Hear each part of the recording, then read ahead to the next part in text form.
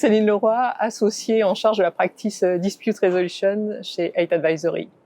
Pouvez-vous nous présenter Eight Advisory? Eight Advisory est un cabinet d'expertise financière, de conseil financier indépendant, pan-européen, avec un bureau aux États-Unis depuis 1 an. C'est 900 collaborateurs, plus de 90 associés et une practice Dispute Resolution. Vous pouvez nous présenter cette practice? La practice Dispute Resolution est une practice dédiée à l'analyse financière en support au contentieux ou résolution des différends. C'est une équipe dédiée de 16 personnes, basée à Paris, qui intervient par contre sur l'ensemble des bureaux de Eight Advisory et à l'étranger de manière plus large, à l'international, avec éventuellement des partenaires en cas de besoin. On intervient sur tous les domaines des contentieux des entreprises, que ça soit du contentieux post-acquisition, des problématiques dans l'exécution du contrat, de conflits délictuels ou encore de contentieux d'entreprises en difficulté. Elle est dans tous les environnements, expertise judiciaire, arbitrage international, médiation, résolution amiable. Pourquoi participez-vous à la 12e édition des Débats du Cercle? Alors ça fait 11 ans que je participe au débat du cercle et c'est vrai que je trouve très intéressant d'avoir cette vision croisée entre les directions juridiques et le monde du conseil sur, en l'occurrence cette année, la résolution amiable des contentieux. Vous allez intervenir sur la vision du marché de la résolution des différends des entreprises. Pouvez-vous nous dire quelques mots?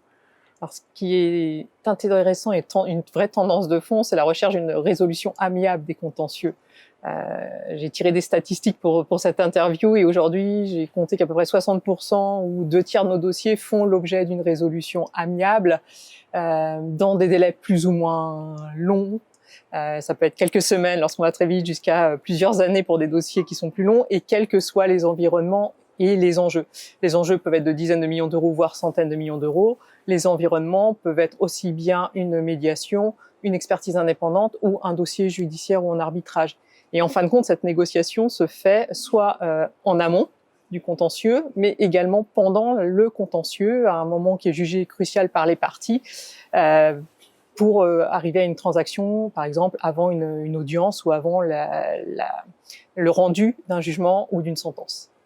Quels sont les facteurs de succès qui font qu'un dossier se transige? Le premier facteur de succès assez évident, mais pas si simple à atteindre, c'est la volonté des parties. Alors, une volonté des parties qui peut provenir du fait que les enjeux ne sont pas significatifs, que le dossier est unique, que éventuellement il y a une relation d'affaires qui est instaurée entre les parties, qui a un intérêt à la faire perdurer, donc de ne pas entrer dans une phase de contentieux dur. Et même dans les contentieux que j'appelle des contentieux de guerre économique, plutôt entre concurrents, il peut arriver à un moment qu'il soit utile de transiger parce que le ratio coût-retour sur investissement ne justifie plus de continuer la procédure. Au-delà de l'intention des parties, il est évident que le deuxième facteur est l'analyse et la justification de la demande, parce que au final, ce qui ressortira d'une transaction, ça sera un décaissement pour une entreprise et donc l'engagement de la responsabilité d'un dirigeant. Et donc, il est important que le dossier soit justifié et étayé. Et donc, le troisième critère qui découle et qui permet une résolution amiable d'un dossier, c'est vraiment la maturité. On voit la maturité du dossier, le fait qu'il a été analysé, préparé et négocié et a fait l'objet d'un échange entre les parties. Quel est le rôle des dispute boards dans cet environnement? Alors, les dispute boards, c'est d'abord un dispositif de prévention et de résolution des différends. De prévention, ce qui est l'élément différenciant par rapport à d'autres dispositifs. C'est un dispositif qui est né aux États-Unis dans les années 1950, suite à une évolution de l'environnement des projets de construction qui sont devenus de plus en plus importants et avec des sujets plus complexes et de mise en concurrence. Aujourd'hui, on note qu'il y a une évolution de ce dispositif avec un essor au niveau international et également sectoriel, puisqu'il ne touche plus uniquement le monde de la construction. Le DRBF, qui est une association, une fondation qui suit les dispute boards, recense 2700 dossiers aujourd'hui ouverts sur ces sujets-là.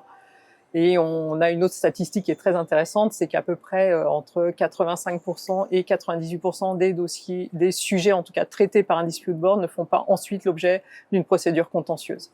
Vous allez approfondir davantage ce sujet lors des débats du cercle? Oui, franchement, l'intérêt lors des débats du cercle, ce sera de pouvoir approfondir ce sujet, d'avoir surtout un regard croisé avec des opérationnels dans les entreprises qui font le choix de s'orienter ou non vers des dispute boards pour pouvoir avoir un retour d'expérience tant sur les facteurs de succès que sur le coût, les délais et les avantages d'avoir recours à ce type de dispositif.